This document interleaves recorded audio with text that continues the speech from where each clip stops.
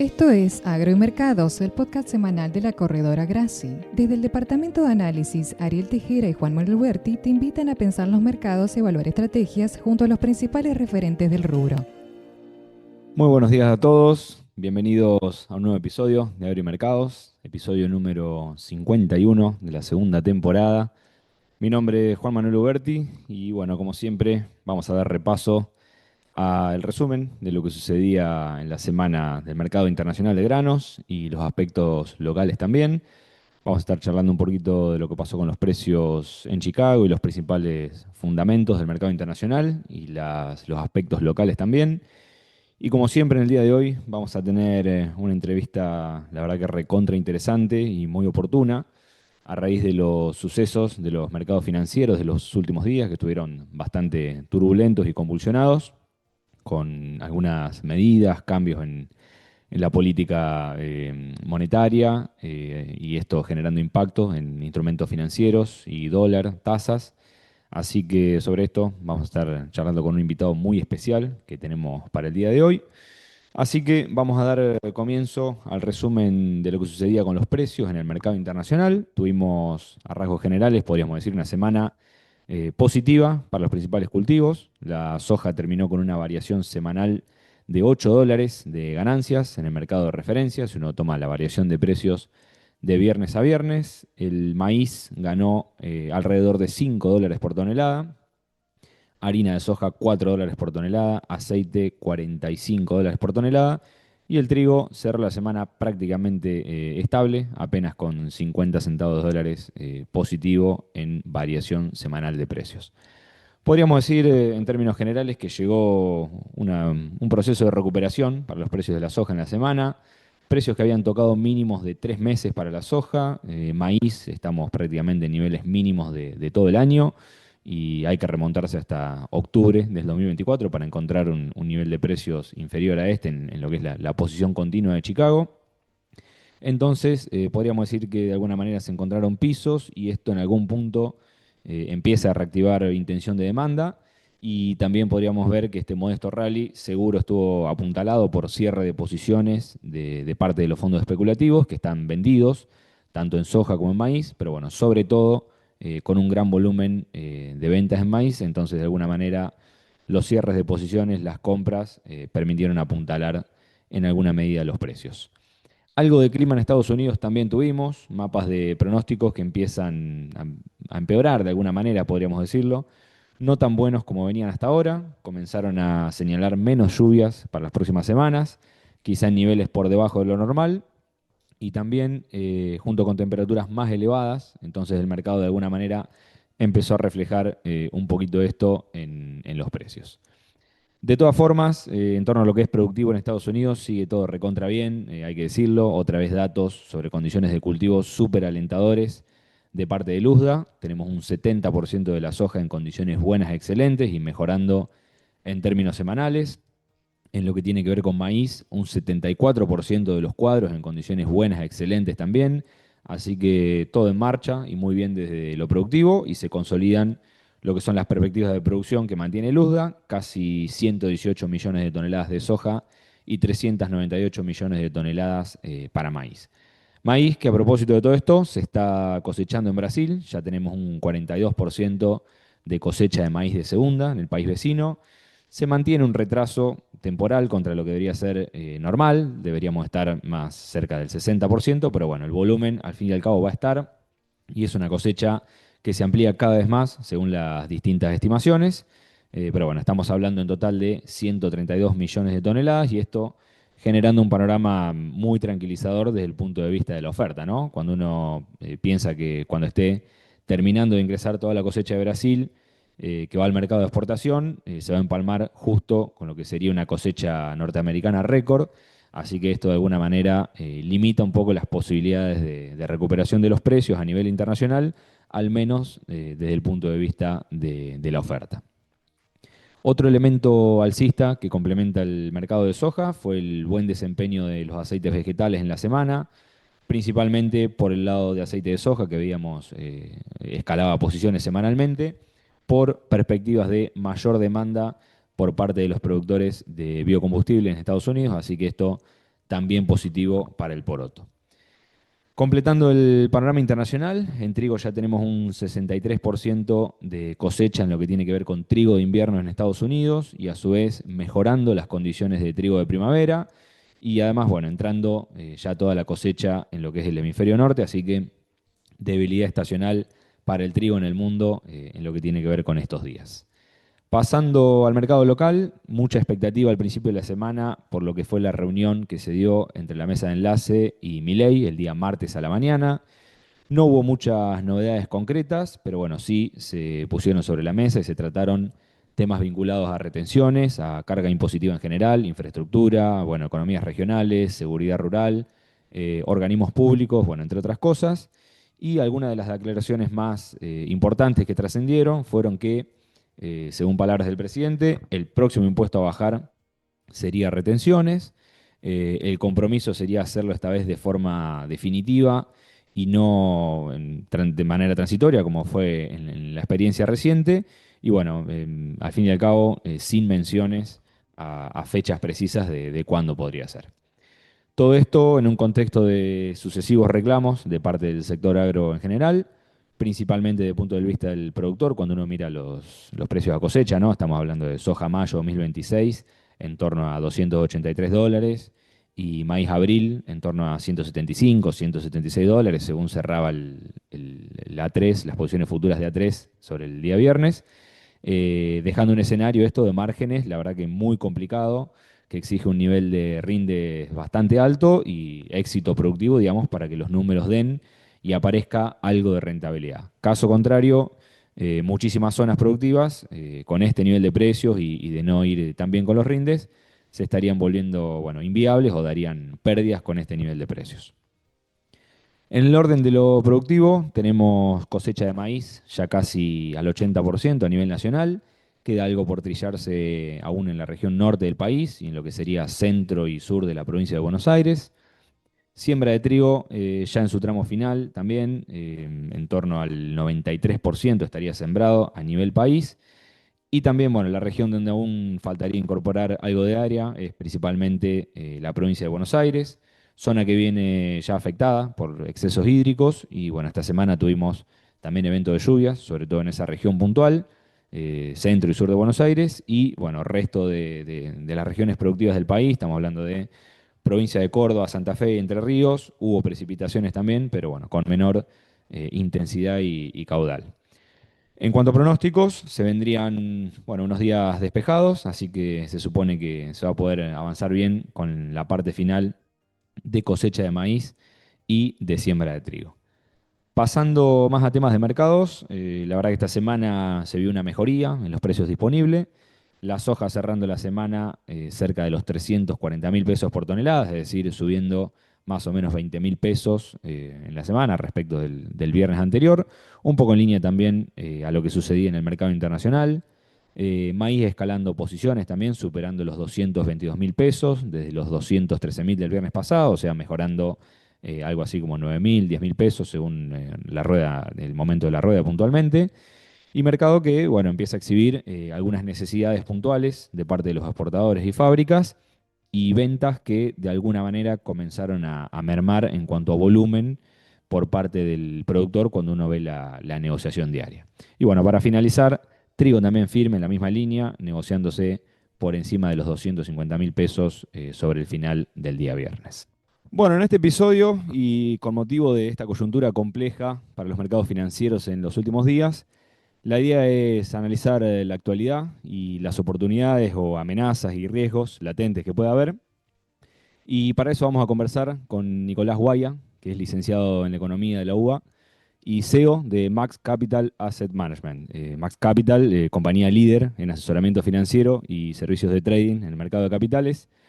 Así que es un gustazo tenerlo a Nicolás hoy acá con nosotros. Nicolás, buen día, ¿cómo estás? Buenas, Juan Manuel, ¿todo bien y vos? Bien, bien, acá andamos, sobreviviendo a una semana movidita también. Sí, sí, compleja. Como Argentina se acostumbra a darnos cada tanto. Así es, cada tanto nos da una pausa, un descansito, pero bueno, después se vuelve a la normalidad, digamos. Así es. Bueno, Nicolás, la propuesta es arrancar por uno de los temas más candentes de estos últimos días, que es lo que tuvo que ver con el desarme de las LEFIs, Banco Central reactivando nuevamente operatoria de pases, bueno, licitaciones fuera del cronograma por parte del Tesoro, y todo esto con, bueno, mucho impacto en los mercados. Bueno, la idea es ver un poco qué pasó con las tasas, dólar en alza. ¿Qué resumen podés hacernos de toda esta situación? Bueno, lo que podría hacer es remontarme hace 2 semanas a ver cómo estaba funcionando el mercado de lo que se llama overnight o manejo de caja. Teníamos en los fondos money market casi tres bases monetarias, que eso por un lado lo que te genera es cierto control sobre la demanda y oferta de dinero, porque todo eso queda en pesos. Es verdad que es a corto plazo y eso es lo que capaz se le estaba inquietando tanto al Tesoro como al Banco Central de tener eh, tanto de la economía de pesos a tan corto plazo. Y el otro tema que le estaba capaz inquietando es el hecho de que todo eso se remuneraba. Ujú. Entonces, el plan, que es parte de un proceso de primero cambio de remuneración desde del Banco Central hacia el Tesoro, ¿no? Porque los intereses de las LEFI los paga el Tesoro. Y lo segundo era que el Tesoro deje de cargar con el alto costo fiscal de mantener cierta tasa overnight al nivel en el que estaba. Entonces, por esas dos razones, parece ser que se decide darle un fin a las LEFI, con el resultado que es lo que terminó pasando, que es algo bastante distinto a lo que ellos capaz tenían en la cabeza, que era que a medida que se acerque la fecha de las LEFIs, los bancos, del fin de las LEFI, los bancos vayan mutando su cartera de corto plazo hacia LECAP de corto plazo, ¿no? Bien. ¿Qué es lo que viene licitando en las últimas licitaciones? ¿No? LICAP a 30, 60, 90 días. Y bueno, nuestra interpretación es que ellos querían que los bancos hagan ese proceso paulatino a medida que se acerca la fecha de fin del EFI. Lo que efectivamente pasó fue que eh, los bancos no tenían la forma de mutarse tanto al ECAP porque esa, esa caja seguía estando en gran cuantía dentro de los money markets. Ujú. Los money markets depositan en los bancos en general tasas o depósitos a un día y muchas veces lo requieren al principio del día siguiente, con lo cual no es algo que es compatible con tener para el lado del que brinda el tasa, ese depósito, una cartera del ECAP que lo banque. Entonces, eh, no sé si es que no tuvieron en cuenta el efecto de quién es que estaba absorbiendo todos esos pesos, que eran los fondos money market, y depositando en los bancos, pero la realidad es que no funcionan de la forma que quería el Tesoro. Entonces, el resultante fue una volatilidad de tasas, primero hacia la baja, de caución, cuenta corriente remunerada y todo lo que es overnight, el día del fin de las LEFIs, al punto de que el desplome de tasas llevó a que el gobierno anuncie una licitación del ECAP fuera de cronograma, la adelantó. Ahí está. Entonces, de esa manera, lo que lograba era absorber muchos de los pesos que quedaron fuera por el fin de las LEFIs. Por otro lado, también esa incertidumbre que se generó eh, derivó en una volatilidad de tasas en los últimos 5 o 6 días hábiles brutal. La caución llegó a un nivel tan bajo como 14% de TNA, a un nivel tan alto como 45% de TNA en el intradía de estos días.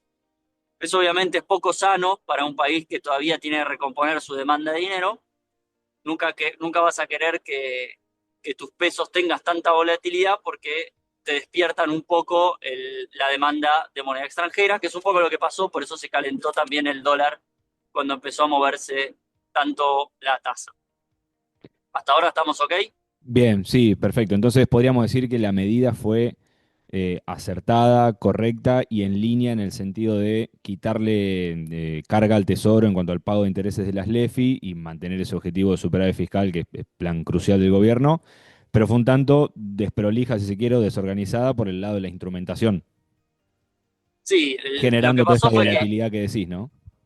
exacto, ellos tenían en su cabeza cierta reacción de los bancos, que no fue así, ellos eso lo comunicó Caputo por Twitter, diciendo que los bancos no hicieron lo que les convenía hacer, que era empezar a desarmar, pero la realidad es que eso tiene más que ver con el funcionamiento operativo de lo que es el mercado de tasas overnight. Entonces, era algo que en cierta manera se podría haber previsto y tiene que ver más con un funcionamiento de un mercado bastante específico, pero a nivel macro, como bien dijiste, sí, es algo que tiene sentido. De todos modos, si este plan se podría haber ejecutado capaz más en pasos y haber bajado la tasa del EFI y mantenido la tasa del ECAP, de Y esa para forma vos incentivar esa podías. migración un poco más Exactamente. Y que la ordenada, migración la digamos. haga, exactamente, que la migración la haga el mercado, o sea, el tenedor de los fondos, cuando vea que un fondo money market rinda 20 y un fondo de LCAP rinda 30 de TNA, la migración la haga directamente el cliente. Exacto. Entonces, o quien sea que es el inversor final. Si lo que quiere el tesoro es que lo hagan los bancos, pero no lo hace el cliente final o el inversor final, ahí hay un cortocircuito que es exactamente lo que pasó. Entonces, si me preguntas a mí, la solución hubiera sido primero bajar la tasa del EFI, manteniendo siempre la misma tasa del ECAP, ese empinamiento de la parte corta de la curva de pesos hubiera llevado una migración hacia un plazo en vez de un día a 30, llamémosle, o 45, y esto podría haber sido bastante más suave Y y no genera menos tan, ruido, sí. claro, entonces no, te hubieras ahorrado cierto ruido cambiario, cierto ruido en tasas y cierto ruido también en todo el tema de credibilidad de la política monetaria. Claro. No, clarísimo. Y bueno, ya que mencionás esta parte de los ruidos que generó, la incertidumbre y que de alguna manera se vio impactado en el tipo de cambio, en los dólares financieros, ¿cómo estás viendo este esquema cambiario de bandas que se van moviendo al 1% mensual? ¿Ves que sea algo sostenible? ¿Qué está descontando el mercado a través del ROFEX? Y cómo pensarlo también o cómo considerar el escenario electoral, ¿no? Que ya está al caer. Bueno, la clave del esquema de bandas se basa en que son creíbles, ¿no? Y son creíbles por dos razones. Una, tenés la espalda del FMI, o sea, parte del adelanto del programa del FMI es para precisamente defender las bandas. Y la otra fuente de confianza es todo el orden macro que estuvo generando el equipo económico en este año y medio. No, y yendo a tu pregunta de si es un esquema que puede perdurar el tiempo, habría que definir qué es tiempo. Sí, sí. Tranquilamente puede durar 6 meses, 9 meses. No creo que sea un esquema que sea para 2, 3 años. En algún Ah, lo ves momento como algo vas a más tener, transitorio entonces. sí, sí, sí, sin duda. No creo que lo saquen antes de las elecciones, no tiene ningún sentido generar ruido por ese lado. Sí creo que va a venir acompañado de una quita sucesiva de restricciones a personas jurídicas que todavía tienen parte del cepo todavía vigente. Creo que el cambio del esquema de bandas va a venir probablemente después de las elecciones, con lo cual hay que mirar el tema tasas, tipo de cambio y bandas hasta, llamémosle, octubre, noviembre y después capaz resetear un poco el escenario y ver dónde estamos parados. Si en ese caso hay oportunidades para el que puede estar invertido en pesos a octubre, noviembre, las LECAP hoy, a una LECAP a noviembre, tiene un rendimiento similar a estar en dólares y que el dólar se vaya al tope de la banda. Entonces, tenés mucho para ganar en caso de que el dólar baje y poco para perder si se mantiene, y esto es un supuesto muy importante, si se mantiene el esquema El de esquema de bandas banda, de claro. 1% mensual. Exacto. Bien, bien, perfecto. Y en ese sentido, cuando uno mira las posiciones del ROFEX, ¿qué habría que interpretar para los meses del próximo año, sobre todo, ¿no? Suponiendo que hasta la parte de las elecciones y fin de año, uno tendería a pensar que el esquema de bandas va a estar vigente. Sí, también hay que tener en cuenta que el Banco Central está vendiendo futuros Entonces, ahí hay una doble interpretación. Yo creo que el Banco Central está dando señales de que quiere que el esquema de bandas continúe post elecciones, o por otro lado, está tratando de generar esa expectativa para después igual también sacarlo. Yo creo que la intervención de futuros no es algo que hay que tomarlo como algo concluyente, sino hay que aprovecharlo para operar. Digamos, el quien sea que tiene que generar cobertura de su cartera de inversión para los próximos meses, puede aprovechar que los futuros están relativamente deprimidos por el hecho de que el Banco Central cada tanto, algunos días, sale a intervenir vendiendo alguna parte de la curva. Bien, bárbaro, y justo me das el pie porque te quería preguntar, y ya de alguna manera fuiste adelantando algo. Con todo este trasfondo, ¿qué instrumentos ustedes podrían destacar, o por lo menos a criterio de ustedes, ¿no? Como oportunidades de colocación, de cobertura, como mencionás, en función de los riesgos que estén visualizando y pensando también en los diferentes perfiles de riesgo y de horizontes de plazo. Bien, bueno, ahí lo que me gustaría separar es quien sea que tiene un pasivo en moneda extranjera, llamémosle a un importador o alguien que tiene que mantener su balance en moneda extranjera. Obviamente no son momentos para hacer carry trade, que es esto que estábamos mencionando de quedarse con una lecap hasta que toque el techo de la banda. Para eso no recomendaría el carry trade. Vamos a tener volatilidad de tipo de cambio por varios días, especialmente si no se acomoda el, el tema tasas rápido. Con lo cual, al coberturista le diría que mantenga su cobertura. Para eso tenés varios instrumentos. El primero y el más fácil de obtener son los fondos Dollar Link, pero no los usaría para corto plazo. Los fondos Dollar Link son para los clientes o inversores que eh, van a necesitar algún tipo de cobertura perenne, o sea que va a estar capaz 6 meses, 9 meses. Ahí los fondos pueden funcionar bastante bien. No son para cobertura de corto. Para cobertura de corto plazo, en general recomendamos a los inversores que hagan un escalonamiento de sintéticos, o sea, compren una letra en pesos y compren un futuro al mismo plazo, y así se cubren de movimientos del tipo de cambio. Eso está dando una tasa implícita en dólares más o menos 2, 3, 5% dependiendo del plazo. Y la otra es que compren directamente bonos soberanos en dólares que tienen relativa liquidez y van a encontrar en distintos plazos, pero hasta un año van a poder encontrar esos instrumentos, y son buenos para la cobertura, teniendo en cuenta que hay que calzarlos en lo posible con nuestros vencimientos o nuestros pagos en dólares. Y para el inversor en pesos, ahí también lo separaría en dos. Es el que necesita estar de corto plazo. Los fondos del ECAP T0 les pagan en contado inmediato, son una buena Ujú. opción. Para el que puede estirarse más en plazo, yo lo aprovecharía.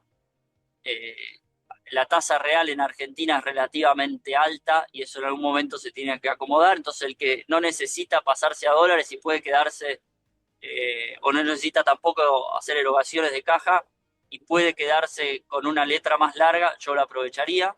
Son buenos momentos para alargar duration, se llama. Que te va a ofrecer, digamos, una tasa real relativamente alta, y son momentos para aprovecharlo y tener cierta cobertura contra lo que hablamos de las bandas, ¿no? Cuanto más largo te vas, más protegido estás dentro de las bandas, pero no me pasaría para mucho más de enero del año que viene por si cambia el esquema de bandas. Buenísimo, muy, muy interesante, la verdad, las sugerencias y el asesoramiento sobre en qué activos posicionarse, ¿no? Dependiendo el rol de cada uno, ¿no? Y en todo este contexto tan volátil.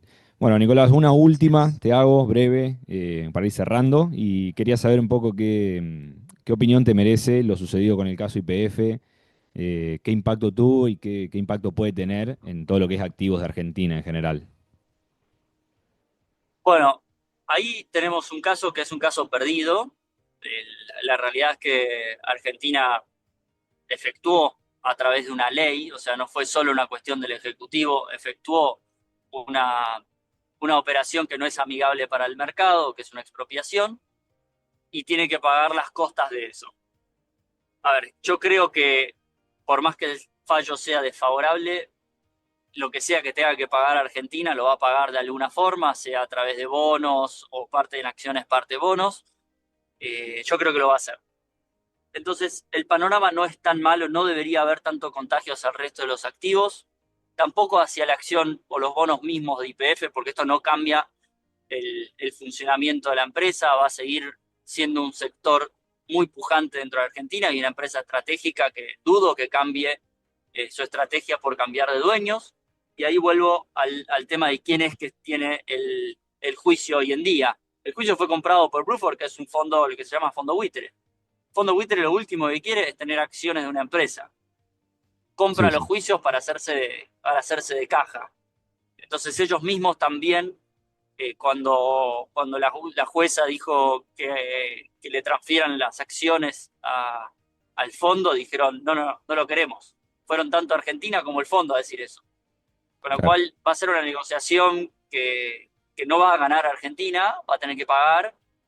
El tema es cuánto y en qué manera. Si lo puede pagar a través de bonos, creo que es algo que no va a ser tan grave. Lo que hay que tener en cuenta es que es un caso que ya está perdido. Así que es una cuestión de si Argentina tiene la capacidad y las ganas de pagar, y creo que sí, siendo este gobierno como es.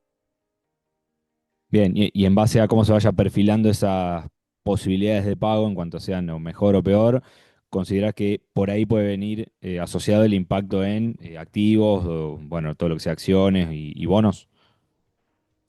Lo que puede pasar es, si esto es un monto considerable para el cual se emiten bonos, que la oferta, el aumento en oferta de bonos argentinos impacte en los bonos que hoy ya están dando vueltas, pero no es algo que sea ni muy fuerte ni algo permanente. Puede ser un impacto de un par de días por el aumento de oferta de deuda argentina, nada más. Bueno, espectacular. Nicolás, la verdad que muchísimas gracias por conectarte y Gracias a brindarnos vos por la invitación, Juan Manuel. todo este panorama y asesoramiento que la verdad que súper claro y conciso. Así que bueno, te agradecemos un montón y bueno, así terminamos un episodio más de Agro y Mercados. Nos volvemos a encontrar el próximo sábado. Saludos. Un abrazo grande, Juan Manuel. Chao, chao. Esto fue Agro y Mercados, el podcast semanal de la corredora Graci con Ariel Tejera y Juan Manuel Huberti.